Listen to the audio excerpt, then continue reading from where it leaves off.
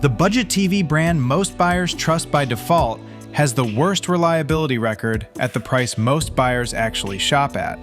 And the brand they dismiss as cheap has quietly built the most consistent panel performance under $1,000. At the budget tier, a TV failure inside 3 years does not just cost you the TV, it costs you the time to return it, the argument about whether the warranty covers it, and the replacement purchase at a price that is no longer as good as the one you found the first time. Getting the brand wrong at this tier is more expensive than it looks on the receipt. 3 brands dominate the budget TV aisle: TCL, Hisense, and Samsung. All 3 sell 65-inch TVs between $500 and $900. All 3 have models that look impressive on a spec sheet. The question most buyers never ask before purchasing is which one is still working correctly in year 3. Most buyers make this decision the way the store wants them to make it. They stand in front of 3 TVs on a display wall, they look at the picture under showroom lighting, and the Samsung looks marginally better because it is in vivid mode and the store adjusted the brightness settings before opening. The TCL looks decent, the Hisense looks punchy. The buyer walks out with the Samsung because the name is familiar and the picture looked right on the day.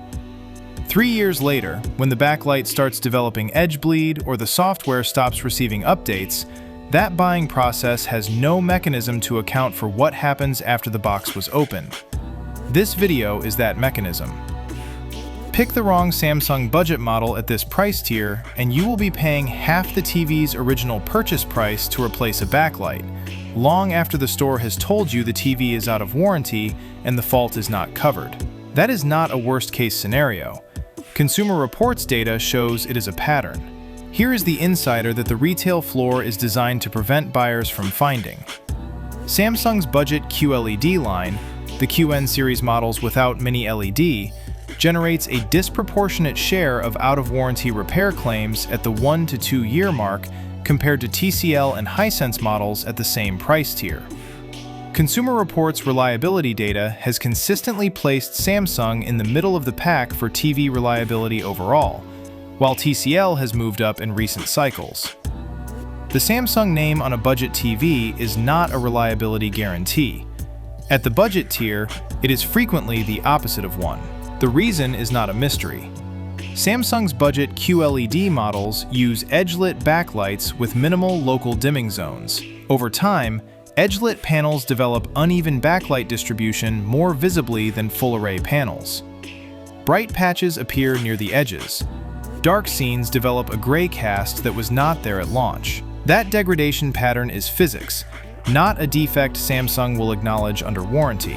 By the time it becomes obvious, the 1-year warranty has expired, and the buyer is looking at a repair cost that is often 50 to 70% of the original purchase price. There is a second layer to this problem that the spec sheet will not show you. Samsung's budget QLED models are often sold on the strength of peak brightness numbers that are measured in specific test modes, not in the viewing modes most buyers actually use. Standard or movie mode on a Samsung budget QLED looks significantly different from the vivid mode the TV defaults to in the store. When the buyer gets it home, switches out of vivid, and turns off the processing enhancements the store demo was running, the panel behind the QLED label is performing closer to a standard LED than the showroom impression suggested. The display has not changed. The conditions the buyer is judging it under have. And that gap between store impression and living room reality is where the Samsung budget story most often falls apart. In-store check. Ask the store associate to switch any Samsung floor demo from vivid into movie or standard mode. Watch what happens to the black levels and the edge areas of the picture. If the image becomes noticeably grayer in dark scenes and the edges develop a faint glow, the panel you are looking at has the backlight architecture this video is describing. Note the model number and check the backlight type on RTings before committing. That one step, done in the aisle, is worth more than any spec sheet comparison. TCL enters this conversation differently from the way most buyers expect. The assumption in the market is that TCL is the budget option you accept when you cannot afford Samsung. The reliability data does not support that story. Consumer Reports has ranked TCL among the more reliable TV brands in recent surveys, above Samsung in overall satisfaction for several consecutive years at the budget price tier. TCL's QM series uses full-array local dimming panels that distribute backlight stress more evenly than edge-lit designs. When every zone of the backlight shares the workload rather than loading the edges, the degradation timeline extends. What most buyers do not know is that TCL manufactures its own panels through its CSOT subsidiary. That vertical integration means TCL controls the panel quality from production to the finished product, rather than purchasing panels from a third party and assembling them into a branded chassis. Samsung does the same at the premium tier, but sources panels differently for budget models. For TCL, the QM series panels are designed and built within the same company that assembles the finished TV. When something goes wrong, the accountability chain is shorter. When something goes right consistently, it reflects an intentional design decision rather than a lucky batch from a supplier. That is not a marketing claim. It is a structural fact about how the product is made, and it has a real effect on consistency across units. Arting's notes on the QM6K and QM7K specifically confirm consistent panel performance, with no unusual uniformity issues at launch across multiple review units. That matters because panel lottery, the phenomenon where the same model produces visibly different results depending on which unit you receive, has historically been a TCL criticism. The QM series data suggests TCL has tightened panel consistency at the mid-range tier. That is a different company from the TCL that was selling edge-lit panels with lottery uniformity 5 years ago. The warranty terms at this tier are worth knowing exactly. TCL offers a 1-year parts and labor warranty on its consumer TVs in the United States, which is the industry standard. What TCL also offers that Samsung does not at the budget tier is a more accessible repair network and replacement part availability that extends beyond the warranty period.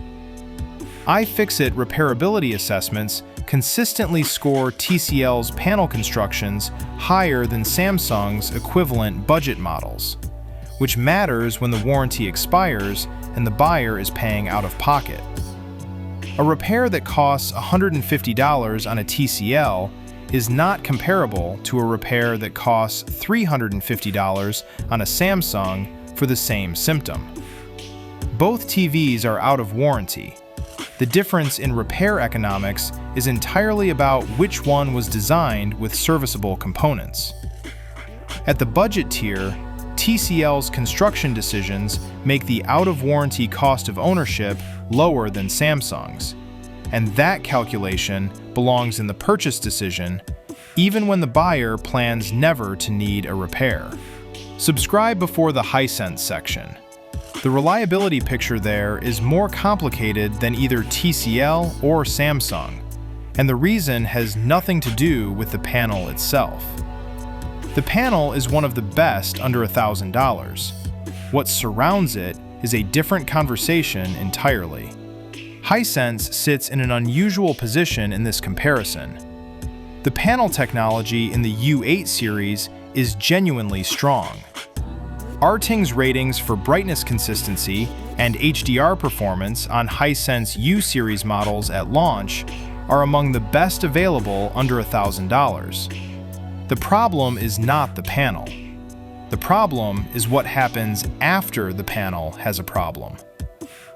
Hisense has grown from a relatively unknown import brand to the third largest TV manufacturer in the world by volume. That growth has happened faster than its service infrastructure in the United States has scaled to match it. The panel quality reflects a mature manufacturing operation. The after-sales network reflects a company that is still building out the support structure to match its sales footprint. Buyers in 2026 are purchasing a product that is ahead of the service network responsible for supporting it. That is not a reason to avoid Hisense. It is a reason to buy it from the right retailer. Hisense's service network in the United States is thinner than both TCL and Samsung. Authorized repair centers are concentrated in major metropolitan areas. A buyer in a smaller market who experiences a warranty issue with a Hisense TV is more likely to face a longer wait for service, a longer shipping process for a replacement unit, or a cash settlement that does not cover the replacement cost of the original model. J.D. Power TV satisfaction data shows Hisense scoring lower on service experience than on product performance, which is a specific pattern. The TV works well until it does not, and then the support experience underperforms the product. The viewer internal monologue at this moment usually sounds like, "The TV was fine for a year and a half, then a vertical line appeared on the left side of the screen. The picture still works everywhere else. You call the number in the manual. The nearest authorized service center is 4 hours away." The agent offers a prepaid shipping label and says to expect 3 to 4 weeks. The TV is 65 inches. The shipping box costs more than the repair. That is not a hypothetical. That is the pattern J.D. Power service data describes for Hisense in smaller markets, and it is the risk the panel performance numbers do not tell you about. Here is the brand behavior insider that changes the Hisense purchase for buyers outside major cities. Hisense warranties are 1-year parts and labor, matching the industry standard. But warranty fulfillment speed and service center proximity are not covered by the warranty terms. A 1-year warranty that takes 3 months to fulfill is functionally a shorter warranty than the document describes. Buyers in markets without a local Hisense service center should purchase from a retailer with a strong, independent return and replacement policy. Costco's 90-day return window specifically addresses this gap. A Costco Hisense purchase gives the buyer 90 days of no-questions return coverage on top of the manufacturer warranty, which changes the risk profile significantly. For the buyer in a major metropolitan area with access to Hisense service infrastructure, that service gap largely disappears. The panel performance at the U8 series price point is real. RTings and Tech Radar both confirm the U8QG as a genuine performer at under $1,000. The service risk is a geography problem, not a product problem. Know which one applies to your situation before buying. Quick question at the midpoint. Which of these 3 brands are you currently considering? And what is the main thing holding you back from committing? Drop it in the comments. The answers shape what this channel covers next. That is the service picture. Now the question of what happens when the name on the box is worth more than the screen behind it. The Samsung answer surprised this channel too. Samsung's position in the budget TV market is built on brand recognition that was earned at the premium tier and is being spent at the budget tier. The Samsung QN series QLED models between $500 and $900 carry the Samsung name, the QLED label, and a retail presence that guarantees they appear on every major store floor. What they do not carry is the panel technology that made Samsung's premium reputation. The budget QN series uses edge-lit backlighting without the local dimming zone count that defines Samsung's mid-range and premium performance. Our team's testing of budget Samsung QLED models consistently shows contrast ratios, black levels, and HDR performance that trail equivalent TCL and Hisense models at the same price. Samsung does have a legitimate reliability argument at the premium tier. The QN90D, the QN95D, and the S-Series OLED models have strong build quality, strong software support timelines, and a service network that is the most developed of any TV brand in the United States. Samsung's authorized service center density is higher than TCL or Hisense at every market size. For a buyer spending $1,200 or more, Samsung's service infrastructure is a genuine differentiator. Samsung earned its reputation at this tier. The problem is that the reputation does not stay at this tier when the buyer walks into the budget aisle. The name travels. The panel quality does not.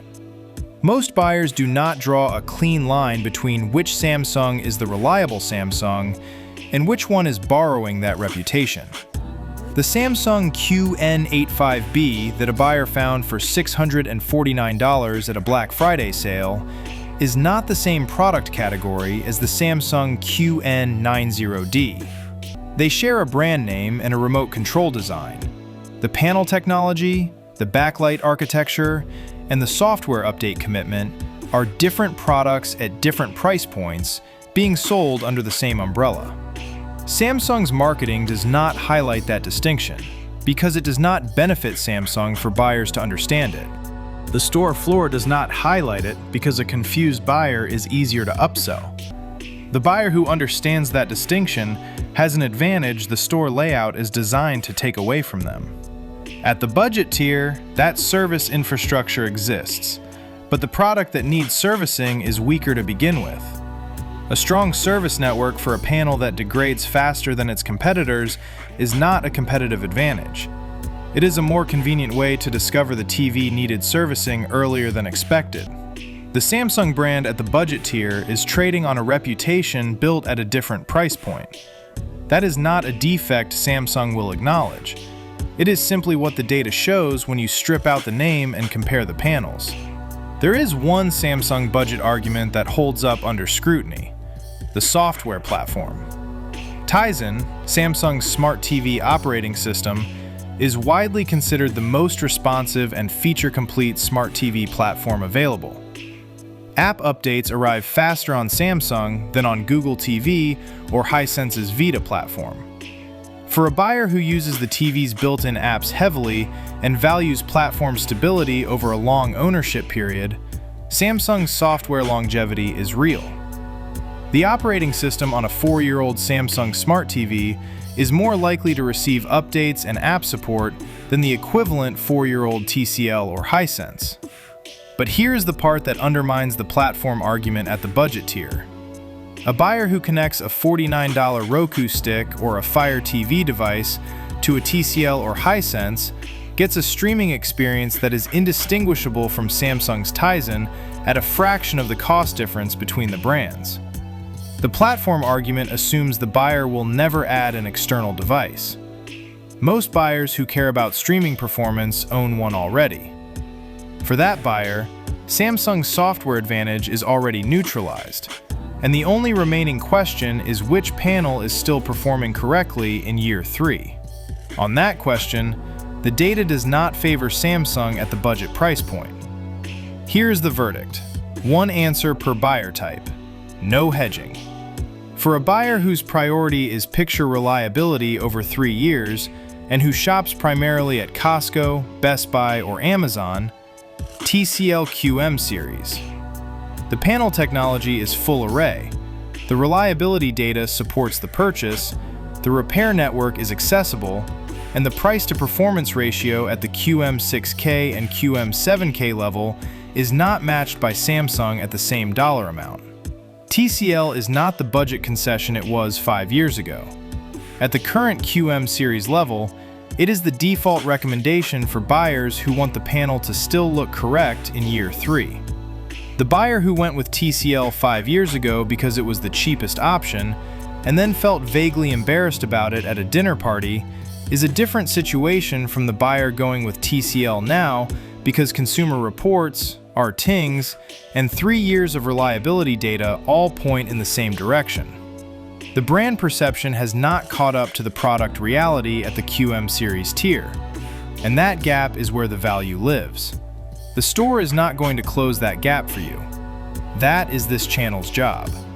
For a buyer in a major city who wants maximum brightness at under $1,000 and is willing to purchase from Costco specifically for the return policy safety net, Hisense U8 series.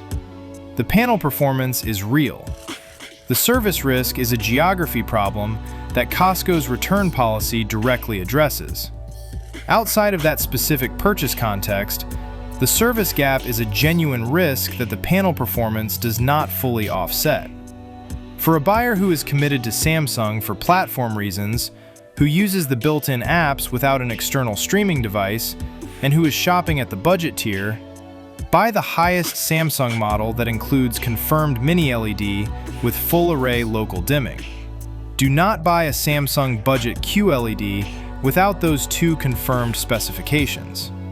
The Samsung name on an edge-lit QLED at this price tier is the most expensive way to get a panel that will look noticeably worse in 2 years. The Tizen platform advantage does not survive a backlight that has developed edge bleed. The way to confirm whether a specific Samsung model meets that standard is straightforward. Look up the exact model number on Artings before purchase. Check the backlight type listed in the specifications. If it says edge lit, or if the local dimming zone count is below 100, the panel is in the category this video is warning against.